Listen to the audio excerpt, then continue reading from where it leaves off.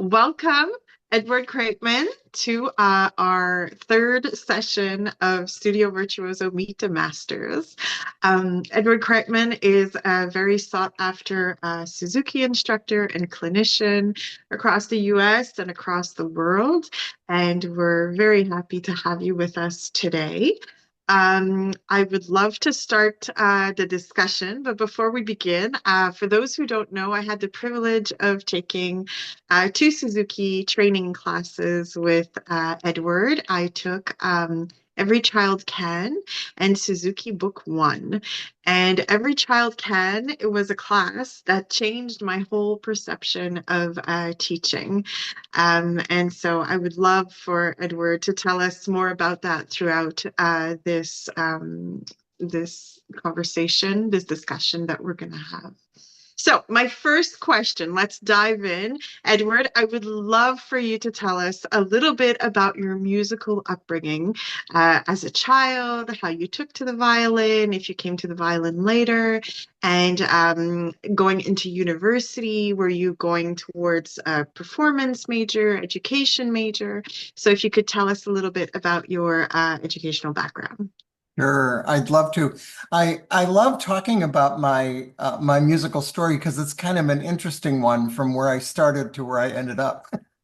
So I grew up in a west suburb of Chicago, and was fortunate to be in a school district that had one of the best music programs in the state. And I was fortunate to have private instruction from pretty much the beginning. So I started my musical education as a clarinetist. Oh, And I played in the band program all the way through. I think I started in fifth grade. And I do remember that I had private lessons almost immediately, like after a year of studying, and had great instruction, great band program. And I think it was when I was in junior high school that I made the decision that what I wanted to be when I grew up was a music teacher. mm, And of course, in my young mind then, I imagined that I would be a junior high or a high school band director. And I continued my studies. When I was in high school, I was very fortunate to study with Jerome Stoll, who was the principal clarinetist of the Chicago Symphony at the time, and got really great musical instruction from him. And then when it was time to look for colleges, I ended up going to Western Illinois University in Macomb, Illinois. And I went there for several reasons. Chris Izzo had been newly appointed as the chair of the music department, and his charge was to build a wind ensemble. And they gave him mm, quite a lot of money to go out and recruit students. And so, of course, he came to my high school. And a number of my friends from high school all went together to Western to be part of that musical experience, which was really, really wonderful. amazing. And of course, I had a fabulous clarinet teacher at Western, George Townsend, who had been a student of Harold Wright from the Boston Symphony. And I really was enjoying my time there and being on my path. And then I met Doris Preucil. And for those who don't know, Doris Yes. and Bill Preucil were the authors of the Suzuki viola books, and they also were, the pioneers generation of Suzuki method. And my first interaction with Doris was in a violin methods class. As a music ed major, you have to take a semester of every instrument. And she Yeah. was teaching the violin methods class. And she talked a lot about Suzuki method and how that worked. I thought, well, that's interesting, but it didn't really take my attention. But later that year, she brought all of her students from Iowa City, which is where she lived and where she had been teaching Suzuki, and they came and gave a concert at the university.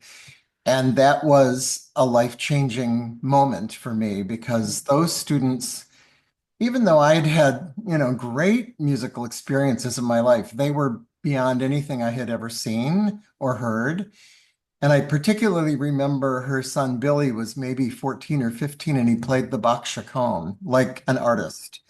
And I just thought I'd never seen anything like that. So I went to Doris and I asked her, how could I find out more about this approach to teaching. And that was also a really interesting conversation because I expected her to say something along the lines of, this is for string players, you play the clarinet, whatever. But she didn't have that attitude at all. She said, one day Suzuki will be for every instrument. She said, Mm. come along to the pedagogy class and learn about the method because one day you're going to write the clarinet books. Oh, that's beautiful. That's what she told me. Mhm. So of course, it didn't quite turn out that way. I I joined the class. Yes. I didn't know what they were talking about, left hand, right hand, like, what is this? I started taking violin lessons. And the first year, I think I studied with a graduate student.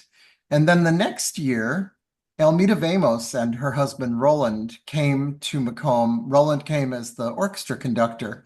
And Almita was taking the Suzuki Pedagogy class. That's where we met and became very good friends. So then she became my teacher. And that was just an incredible experience to get to work with her. And that she was so happy to work with someone who was basically an adult beginner. But she really understood that everything she was teaching me was so that I could teach it. So she was really good at breaking down skills and making sure that I really understood how things would work. And yeah, then of course, I graduated as a clarinet major, but my love and my interest was only in the Suzuki method and strings. And I had one short stint for 2 years. I taught public school orchestra. Okay. I did the thing that I thought I always wanted to do.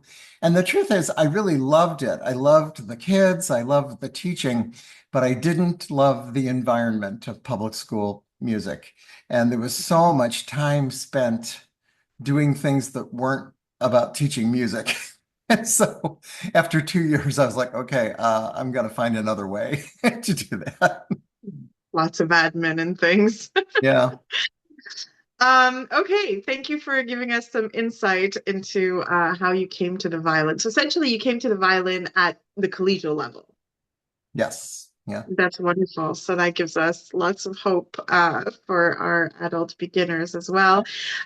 Okay, so once you were an educator, so what impacted your life the most? Did you have something that moved you in your life, or a cause, or an epiphany, or something that you realized was a defining moment for you Yeah. I in mean, education? I point to that concert of Doris's students, but then the whole Suzuki method thing just kept unfolding or blossoming. It was like a flower opening for me because that was that initial shock of seeing students playing at that amazing level. Such gorgeous sound and musical phrasing, and it was stunning. And then I think the next thing was Doris took our whole class to hear the Japanese tour group the next time they were coming to town. And I remember going like on a field trip somewhere in Iowa to hear them. And that was unbelievable. I'd never seen anything like that. And then I also remember going to Stevens Point, Wisconsin. And it wasn't the first year, it was either the second or third year. It was 1973 or 74.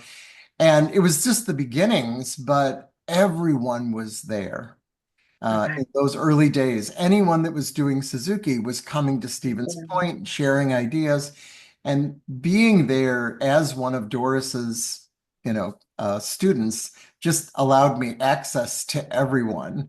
And it was wonderful to have lunch and dinner with all of these people who eventually became my mentors and my gurus in Suzuki land.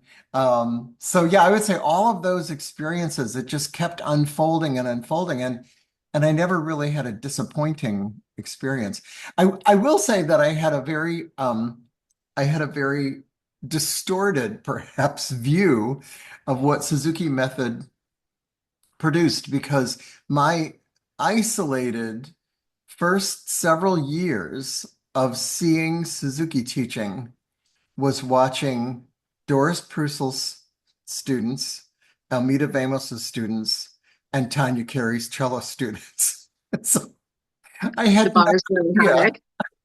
I had no idea that I was watching the best in the world, Yeah. my little town of Macomb. And so it was a little bit of a shock when I graduated and kind of went out into the world and saw other Suzuki programs and realized, oh, it doesn't always sound like this. This is maybe more difficult. But I'm so glad that I had that environment to grow up in and to have that standard of playing as sort of my goal and my vision for what was possible with Suzuki. Because I think for a lot of people, when they come into Suzuki, if they don't get a vision like that right away, then it can take them a long time to realize what the potential is. But I was sort of hit in the face with the potential first, and then kind of found my way to always trying to come up to that level. The high level. Okay, so thank you for that. Now, so you opened, if I'm not mistaken, your school in Chicago, Suzuki Institute, the Suzuki School. Can you tell us about how that felt for you, like branching out on your own? And what would you say to future entrepreneurs in the music field and budding music teachers, both in Suzuki and out of Suzuki? Just a little reminder here at Studio Virtuoso, we do have Suzuki, but we also have the traditional method. So if you have any advice for young musical entrepreneurs or young music teachers. Oh yeah, I'm sure there's many suggestions I could make. I think for me, just thinking about how the school came about, I never intended to have a music school. That was not my first thought. Um, I actually, when I left public school teaching, I did a very short stint. For 2 years, I worked for the Baldwin Piano and Organ Company, and I Okay. worked in sales and store management. And I knew it was a very good experience because I learned a lot about the business world, which was very, became very helpful to me. But it was being in that kind of musical environment on the side of music that made me realize how much I was missing teaching. And so I decided that I would go ahead and start some Suzuki lessons. I think I put an ad in the newspaper. I don't really know how I got my first class of students, but my very first group were just extraordinary families. And they did everything I asked them to do, including going to institutes and workshops and really embracing the whole method. But it really just started off being a private studio. And Okay. I rented space in a public school building that was taken over by the recreation department, and they rented space rather inexpensively, and it was a good place for me to start out. And then eventually I moved to the church where the school still exists today. We've been at that church building now for like 45 years. And that is one piece of advice that I give people all the time is that church buildings are a very good location for music lessons because they have classroom space that they need for their Sunday school, religious classes, but they only use it on Sunday morning, and that space sits empty the rest of the time. And so it's a good fit for the church to be able to provide something enriching to the community. And it's a good fit for the music school to be able to be in a place where there's other things happening as well. So that is one thing. We were very fortunate to find the First Congregational Church of Western Springs was that first location, and we've just had a great relationship with them ever since. And then I think that first maybe 10 years was kind of I had a really good friend who was a pianist, and she was doing my piano accompanying, and she decided to go take training for Suzuki piano, and then she became our first other teacher at the school. So it was just the two of us, violin and piano. And then another wonderful thing happened. Susan Shields was the first person from America to go to Japan and study with Dr. Suzuki. She'd been a university student of William Starr. And when she Mhm. graduated, Starr said, just go to Japan, just go and study with Suzuki. She ended up staying for 7 years. Oh, She, wow. yeah, she became fluent in Japanese and became Suzuki's translator. And um, she, taught in his school. I think she's probably the only foreigner that ever taught for him. But when she came back, she was coming back to Chicago to look for a teacher, and she ended up with Mrs. Vamos. And that's how I met Susan, was in Mrs. Vamos's living room. I had come to visit for the weekend, and she was there having a lesson. And Almita said, "Oh, you two guys should know each other." And so Oh, she then came to work for me for 10 years. And during those 10 years, we used to go out for dinner every Tuesday night. And we started from the beginning with Twinkle, and she went through every piece in every book and told wow. me this was important. He didn't care about that. I never saw him teach this piece. This is really important. And it was just the best teacher training that I could ever have received from anyone. I'm so grateful for that opportunity to go through all of that material with her. So that was really fun. And then a few other teachers joined the program. And, in the beginning, we sort of thought, oh, this is a Suzuki program. And then one day, I think I was, doing my taxes or something. And I think my accountant said, you really should incorporate, and you're getting big enough. And that's when I sort of saw that, oh, this is actually a school. This is a business. And so I had to make some decisions about how I was going to organize it. I knew from my experience in the public school that I didn't work well in an environment with a board and following a lot of rules and red tape. I knew I was sort of an independent worker. And so I decided to make the school an S corporation, which I owned exclusively, and Okay. rather than going the nonprofit route. And of course, most arts organizations are nonprofit. And the main reason is that it allows them to legally raise funds and apply for grants and things like that.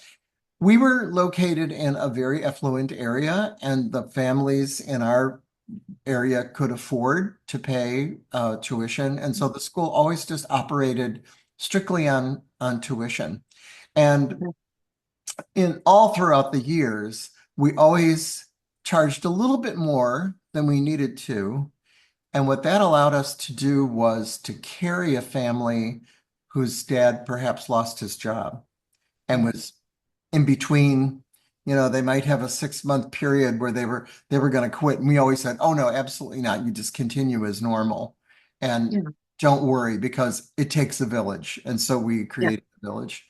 And then in the more recent years, we also created a nonprofit leg of the school, which we created specifically to approach the issue of BIPOC students, because our population was not reflecting the population of our community, and we wanted to Okay. make sure that we could do that. And so we started a fundraising campaign so that we were able to support. Every year we have at least 6 students who are on full scholarship who are from families of color. And that's been a wonderful addition to our program. So that kind of came a little bit later in the program. So yeah, and as the school went on years after year, and other teachers came, and then we became quite structured about what it was we wanted to do and what kind of teachers we wanted to have teaching there. And I was very fortunate, because of my connections and friendships with some of the teacher trainers who are at the university level, that we basically our hiring guideline was that we were looking for teachers who had done the master's in Suzuki Pedagogy at Okay. the Hart School or at Ithaca College or at Cleveland Institute of Music. So, and that was a decision that I made because I was really interested in teachers who wanted to make a career of being a Suzuki teacher, and not someone that was balancing playing and teaching, or doing a little bit. I wanted them to really be committed to it, and I felt that people that made that decision to go get the master's in Suzuki pedagogy would be more likely to fit that bill. So Okay. I don't know, is that enough about Yes, us? yes, that's wonderful. It's very helpful. Okay, so now I would like to know, as a seasoned Suzuki educator, what is your favorite Suzuki book to teach and why? I know that I looked at that question and I said, oh my God, I have to pick. You have to choose. You have to They're choose. all like my children. And I like each one for different reasons. But I think if I had to pick, if someone Yeah. said you can only teach one book for the rest of your life, I would choose book two. Oh, And really? yes, and the reason for that is because book two is where we really teach children how to understand tone production and Dr. Suzuki's ideas about tonalization. And I think it's so significant in the method that we teach this skill so early in a child's development. Right. And it's invariably every time I do a book two course, there will be a teacher at the end of the week who says, I have my master's degree from New England Conservatory or from Yeah. Juilliard or wherever. And they said, and I've never understood how my instrument worked because I was Oh, studying so true. repertoire my entire life. I never, like, no teacher ever broke it down this way and taught about the Yeah. ringtones and what the bow's job is. And I'm like, yeah, we can teach this to the kids from the beginning. And so it's just a part of their playing. I think I'm particularly interested in the idea of tonalization because my first trip to Japan to see Dr. Suzuki and observe him teach was in the summer of 1986. And I was there, I think, for about 6 weeks. I couldn't stay for the whole summer because I remember I came right back to teach at Stevens Point.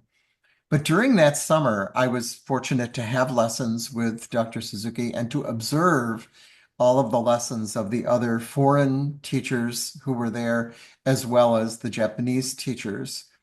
And truly, the only lesson he taught was tone. No matter who it was, no matter what they were working on, he brought the lesson to tone.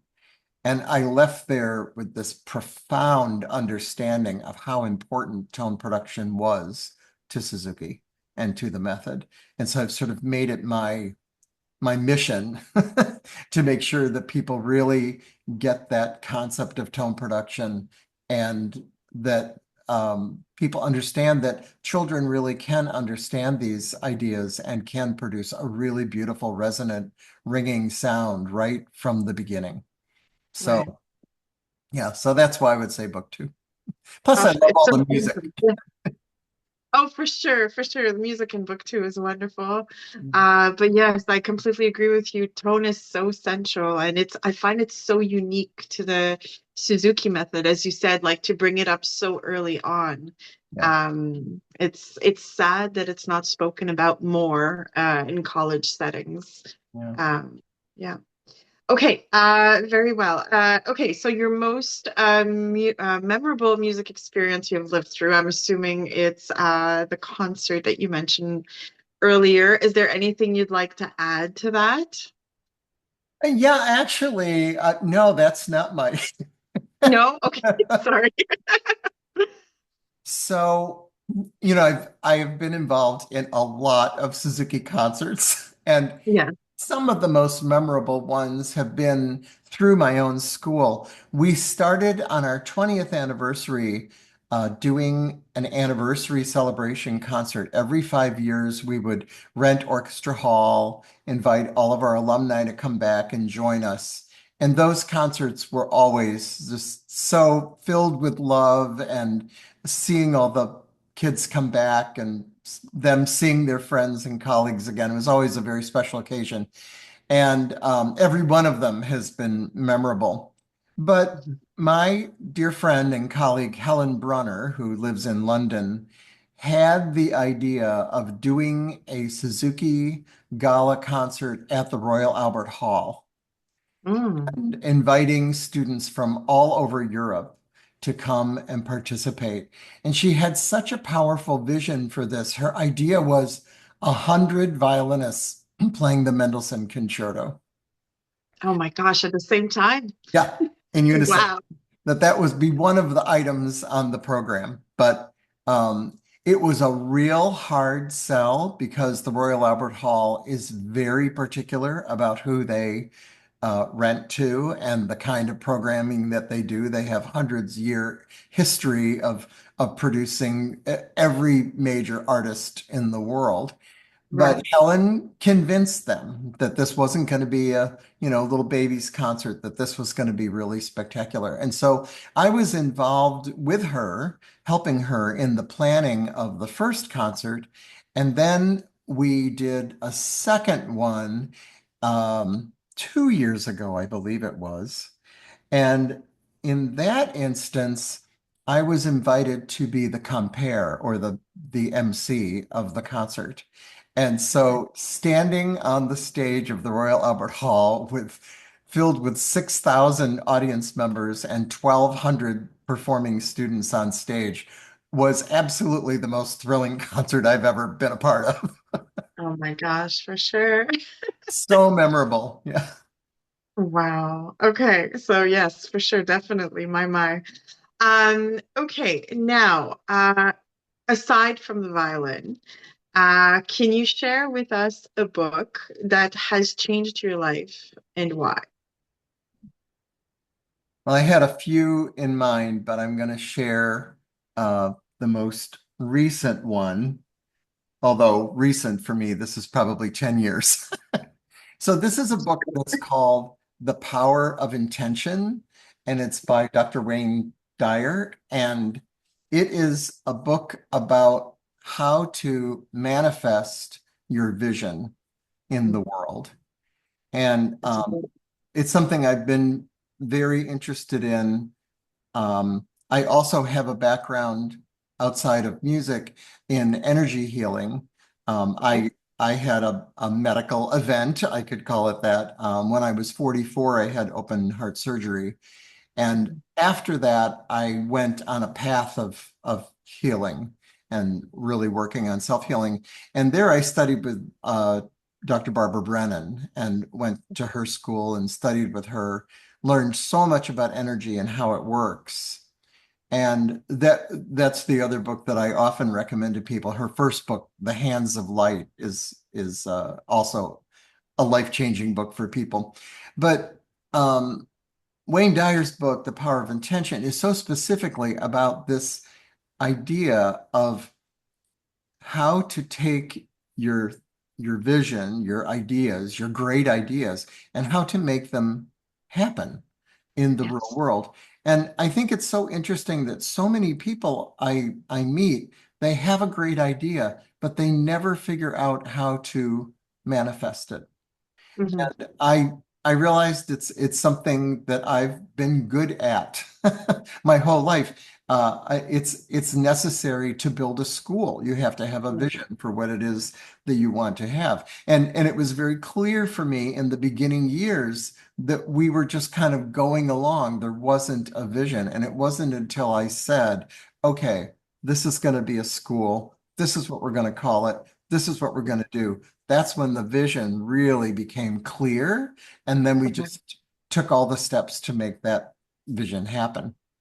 And I think the same is true for developing a student.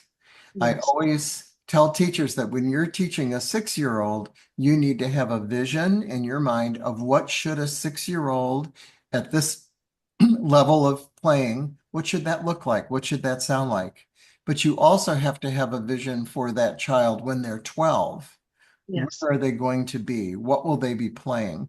And you can adjust that to whatever your own vision or your capabilities or your, desire for what you want in your teaching. I always said in the beginning, my goal was to have the student playing Mozart when they were 12.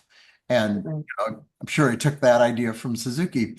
But kids started surpassing that. They started playing Paganini when they were 12.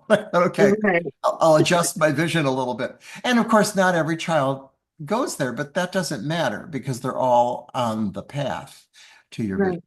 So, yeah, I really recommend The Power of Intention because he really breaks it down in a very methodical way. These are the steps that you take to manifest your vision in the world, and that anybody can do it. It's a very simple process, but it just requires understanding how it works and Right. put the energy into whatever it is that you want to manifest. So, That's wonderful. I like how you talked about like bringing a child to a certain point at a certain age.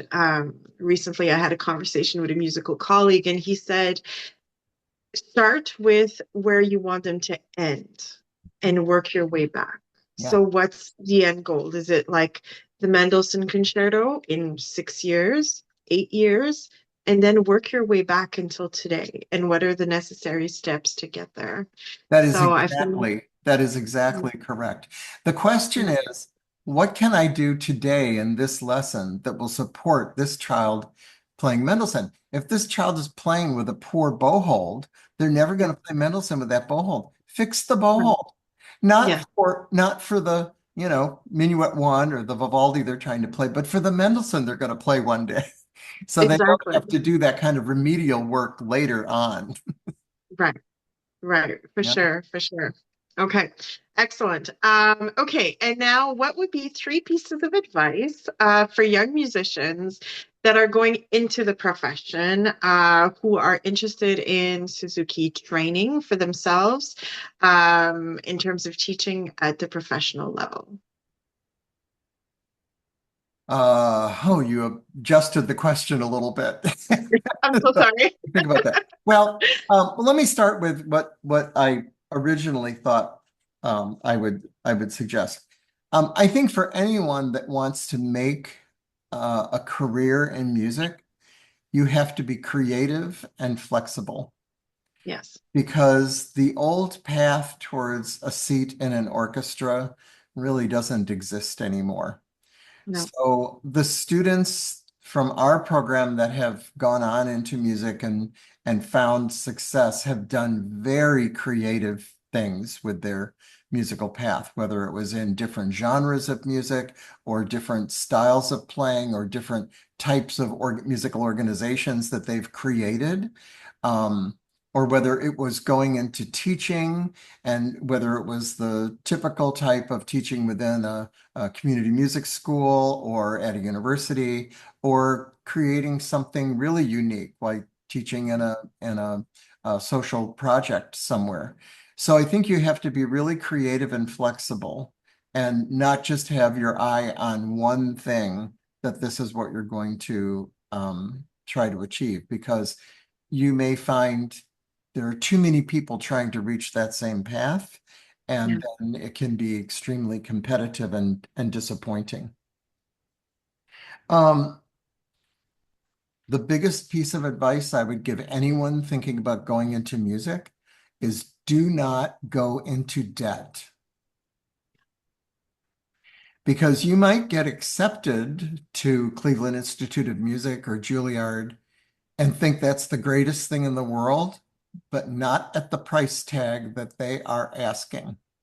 yeah, So find a great teacher at a state school and get your education there and come out into the world without debt. That will give you so many more opportunities when you go into your professional life to not be saddled with debt from having gone to some major institution.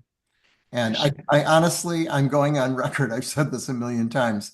I don't know how these institutions justify their existence because they are graduating many people with a lot of debt, and the job rate is not that great. It's not that So, good. and yet there's still people lining up to audition to go there every year. Yeah, But that would be one piece of advice. And the other thing that I think specifically is terms of going into Suzuki teaching, things have changed dramatically since the pandemic. And yes, the biggest change is that for many, many years, we resisted any kind of online format in yeah, Suzuki. And it had a lot to do with the experience, the original experiences of teachers going to Japan and how much focus there was on sound and the quality of sound. And we worried that trying to teach this in an online format wouldn't work. And what we realize, though, is that by holding to this very narrow view of teacher training only, excuse me, only can happen in person, we really limited the accessibility of teacher training in Suzuki to only the people who could afford to travel, to pay for the tuition, to be away from their work life for a week. And so the pandemic sort of forced us into a situation of offering online training. And fortunately, the technology has continued to improve, and I hope it will continue even more. I really look forward to the day when we can all play together in class in an online course. I think one of the things Online. we all miss the most is the Yeah. latency issue of not being Yeah. able to play together. But I feel that it can be a very successful format, and it certainly makes the training more accessible to more people, and that's a very important thing.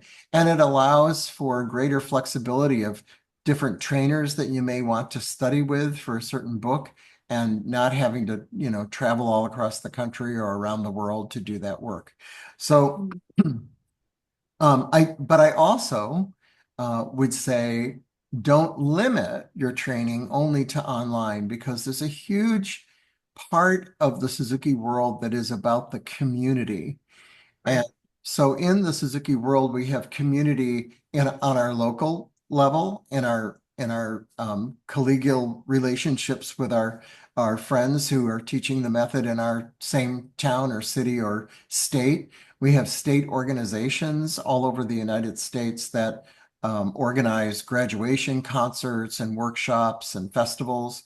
We have the Suzuki Institutes in the summertime that are an opportunity to both take training, do observation, and meet up with colleagues and be a part of the environment. And I really recommend that people take advantage of those opportunities as well as doing the online training, because I think a combination of the two is really the best. And of course, the other thing, our national organization, the Suzuki Association of the Americas, also provides opportunities for leadership summits and our biennial conference that happens. Our next one's coming up in, I think, the end of February in San Francisco. So Okay. looking forward to that. It's another opportunity for people to come together and meet in person. What I've been really enjoying since all the online training started is going to the conference in person and meeting people that I've never met in person, but that I've just met in classes, and seeing them all meeting up with their friends that they met Oh, online. So it's a really great combination of the two. I did too. Well, I have to say, I came to you at the height of the pandemic, actually, in an online setting. So I'm really grateful for that. So that's wonderful. So Edward, thank you so much for taking the time to answer all of our questions. We're so Sure. very grateful here at Studio Virtuoso that you shared so much of your wisdom with our students. So we thank you very, very much, and we wish you a happy end of the semester.